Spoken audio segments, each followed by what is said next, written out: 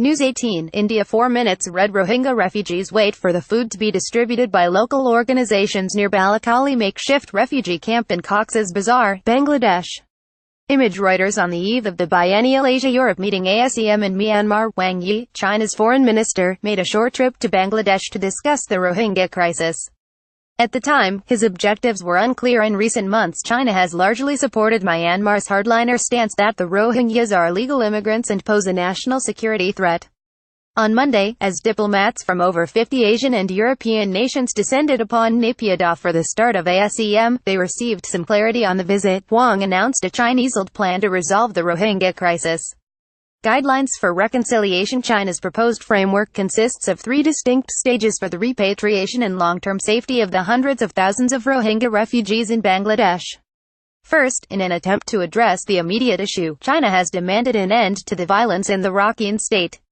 Minister Wang has indicated that a ceasefire is in place. Second, China has encouraged bilateral negotiations between Bangladesh and Myanmar over the repatriation of the refugees. In this regard, the two sides have to repatriate the Rohingya. Third, China has called for global investment in the Rakhine state, the Rohingyas' home, in order to foster a safe, prosperous environment for their return. The broad proposal clearly recognizes the violence in the Rakhine state as the initial obstacle to the Rohingyas' return.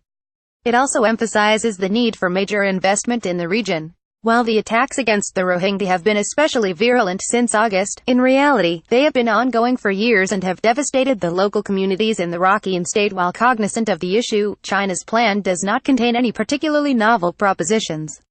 It doesn't, for example, recommend how the repatriation process would work, or suggest specific policies for Myanmar to adopt to ensure the safety of the Rohingya once they return. It largely places the burden on Myanmar and Bangladesh to resolve these matters bilaterally.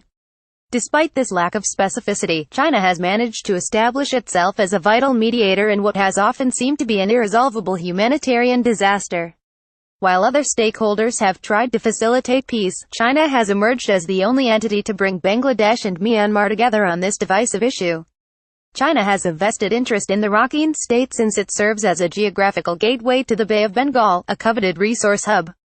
Beijing has already established itself as the infrastructure and economic provider in the region, and through this intervention, it also assumes the role as the primary broker of peace.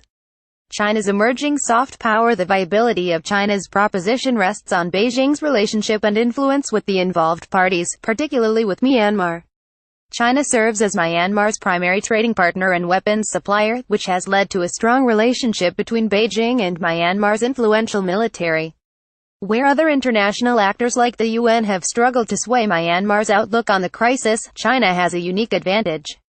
For Bangladesh, China's involvement lends an air of credibility to the talks and instills confidence in a sustainable resolution. While China's intervention is a valuable boost to the resolution of the crisis, larger geostrategic interests are also at play. Through its involvement, China is making a strategic decision to gain moral authority in the region, while other powers, such as India, are sidelined. As China has built up its economic and security capacity in the Bay of Bengal, its strategies have often been perceived as expansionist. Now, as an arbiter in this crisis, China also asserts itself as the primary norm maker and peacekeeper in the Bay of Bengal.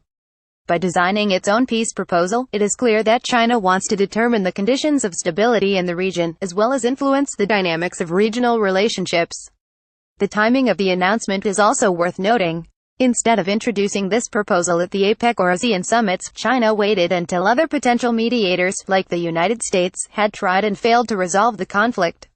Minister Wang's visit to Bangladesh and Myanmar come on the heels of U.S. Secretary of State Rex Tillerson's trip to the region last week. While Secretary Tillerson exercised significant pressure on the peaceful resolution to the conflict, he was unable to secure a commitment from Myanmar on the future of the Rakhine state and the Rohingya. Within just a week of its involvement, China has brought both sides to the table to agree on an end to the crises. This is a stark contrast of diplomatic authority. Through its role in the crisis, China's interests in the Bay of Bengal are clear. It is determined to consolidate its soft power in the region and establish itself as the unilateral voice not only for security and development but also for peace and stability. The practicality of the proposal will play out in the coming months, but if successful, it would prove to be a masterclass in diplomacy, where every stakeholder, particularly the arbitrator, benefits. The author works with Observer Research Foundation Assembly of Bengal Chinaraki in State. Read article. Next story.